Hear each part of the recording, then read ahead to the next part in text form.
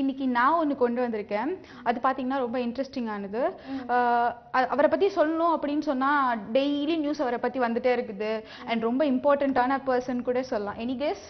சிம்பு தானே? யா, கண்டிப்பா சிம்புவை பத்தி தான் நான் சொல்ல போறேன். சிம்புவை பாத்தீங்க அப்படின்னு சொன்னா நமக்கு ஃபர்ஸ்ட் வந்து நயன்தாராவுக்கும் சிம்புக்கும் வந்து லவ்ஸ் இருக்குது. அப்புறமேல என்ன ஆச்சுன்னு தெரியல, 2 பேரும் பிரேக்கப் ஆயிட்டாங்க, அப்படியெல்லாம் நிறைய நியூஸ் வந்தது.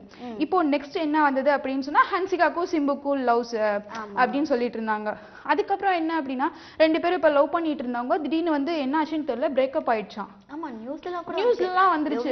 ட்விட்டர்ல பாத்தீங்கன்னா சிம்பு வந்து நான் சிங்கிள் அந்த மாதிரி எல்லாம் போட்டாங்க. அதான் சந்தோஷமான விஷயம்லாம் செலிப்ரேட் பண்ணோம். சந்தோஷம்.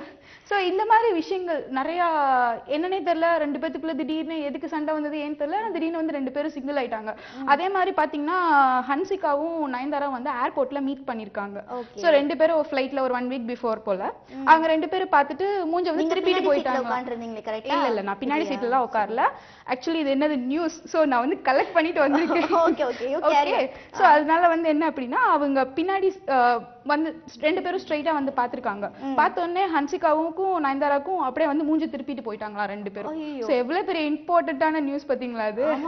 சோ அதுக்கு திருப்பிட்டு போறது வந்து ரொம்பவே இம்பார்ட்டன்ட்டான நியூஸ். அப்படியே 2 பேரும், ஆனா அவங்க 2 பேரும் சொல்லிட்டாங்க எங்களுக்கு வந்து இண்டஸ்ட்ரிக்குள்ள எந்த விதமான போட்டியும் எங்களுக்குள்ள கிடையாது. பட் இவங்க 2 பேரும் லவ்னாலே என்னமோ தெரியல 2 பேரும் மூஞ்சி வந்து திருப்பிட்டு போயிட்டாங்களாம். ஓகே.